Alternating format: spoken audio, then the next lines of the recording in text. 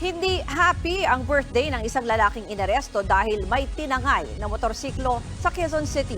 Palusot niya at ng dalawa pa niyang kasabwat, nagnakaw sila para may panghanda sa birthday. Nasa frontline ng balitang yan, si Ian Suyu. Sa kulungan nag-birthday ang 30 anyos na si alias Aljon.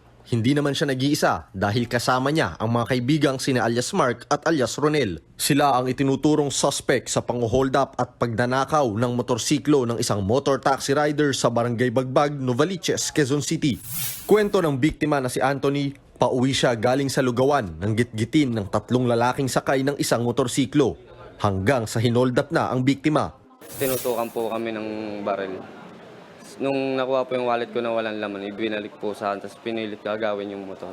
Agad namang nagpasaklolo sa mga pulis si Anthony. Kaya noong araw na yon, natuntun din agad si alias Mark. Nakuha sa kanya ang motor na ginamit sa pagnanakaw. Napag-alamang nakaw rin pala ang motorsiklong iyan. Sunod namang nahuli sa follow-up operation sina alias Aljon at alias Ronel.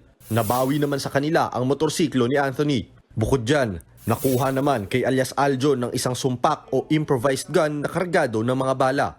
Ayon sa mga pulis, modus ng magkakaibigan ang pagnanakaw ng motor. Dati na rin daw nakulong ang mga suspect sa iba't ibang kaso gaya ng sugal, illegal na droga at physical injury. Sa huli, umamin din si Aljon sa pang-hold up. Ang idinahilan niya kaya niya raw nagawa ang krimen. Birthday ko lang po kasi kailangan ng pera.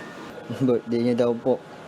Wala daw po kasi siyang panganda. Pero kahit umamin na ang dalawa, todo tanggi pa rin si alias Mark. Hindi po yung totoo. Ano totoo? Kumain na po kami yung lugaw. Nahaharap ang mga suspect sa reklamong pagnanakaw, paglabag sa Comprehensive Firearms and Ammunition Regulation Act at 2 counts ng new anti-carnapping law. Nagbabalita mula sa Frontline, Ian Suyu, News 5. Mga kapatid, Cheryl Cosim po, huwag maging huli at maging una sa lahat sa balitaan.